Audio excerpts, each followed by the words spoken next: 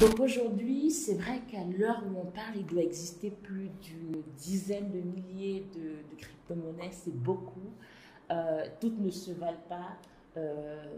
Énormément sont finalement des projets qu'on appelle des copycats, des copier-coller.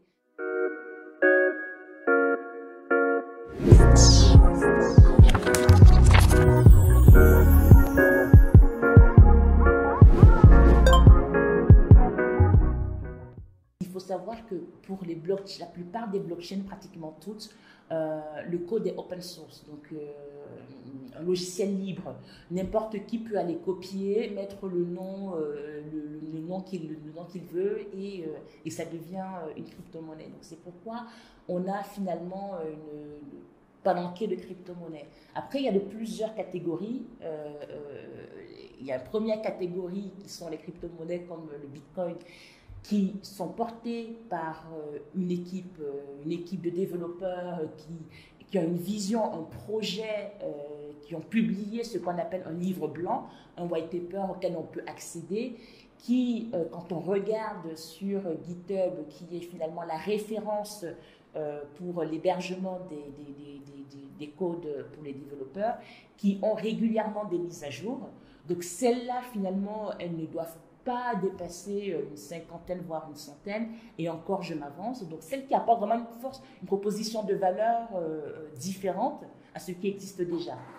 Ensuite, on a une catégorie qui sont plutôt ce qu'on appelle des jetons, des tokens, qui sont des dérivations de crypto-monnaies, de ces projets-là qui ont été pensés et qui sont mis à jour régulièrement par des équipes.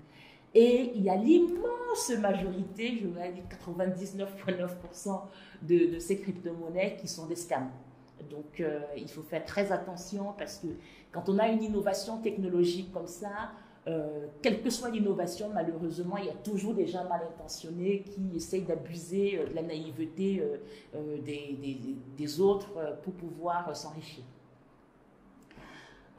Du coup, le Bitcoin, il faut savoir que déjà pourquoi les crypto-monnaies, pourquoi le Bitcoin, d'où ça vient. On se met en 2008. Si vous vous rappelez, peut-être qu'il y en a qui sont très jeunes, qui n'ont pas de souvenirs patents de cet instant-là. Moi, je m'en souviens très bien. En 2008, où j'étais, je travaillais en banque d'investissement à la City de Londres, au Crédit Suisse.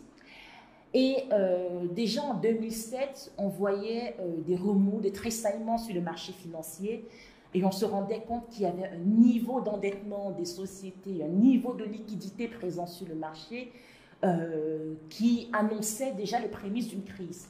On se met en 2008 et on a la crise économique, la crise financière, la crise des subprimes où il y a une grande désillusion finalement des populations, toute la confiance qu'on avait mis dans nos banques, dans nos gouvernements se trouve ébranlée après avoir subi déjà la crise en 29, en 70, voilà, en 80.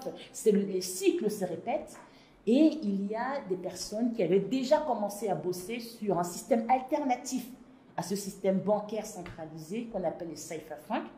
Et c'est ça l'origine du Bitcoin. Donc on a un monsieur qui s'appelle Satoshi Nakamoto.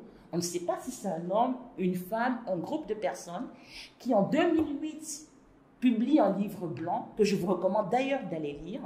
Le Bitcoin, une façon de transacter de pair à pair, de faire des transactions de pair à pair. Et en 2009, le premier Bitcoin est émis et c'est vraiment en réaction à cette crise financière et à ce système bancaire et financier qui nous conduit tous les dizaines d'années à une crise que des personnes se sont mises ensemble pour réfléchir à quelle pourrait être l'alternative pour redéfinir une monnaie du peuple, une façon de faire des transactions sans intermédiaire, moins chère, de manière totalement résistante à la censure. C'est la naissance du Bitcoin et de l'ensemble des crypto-monnaies.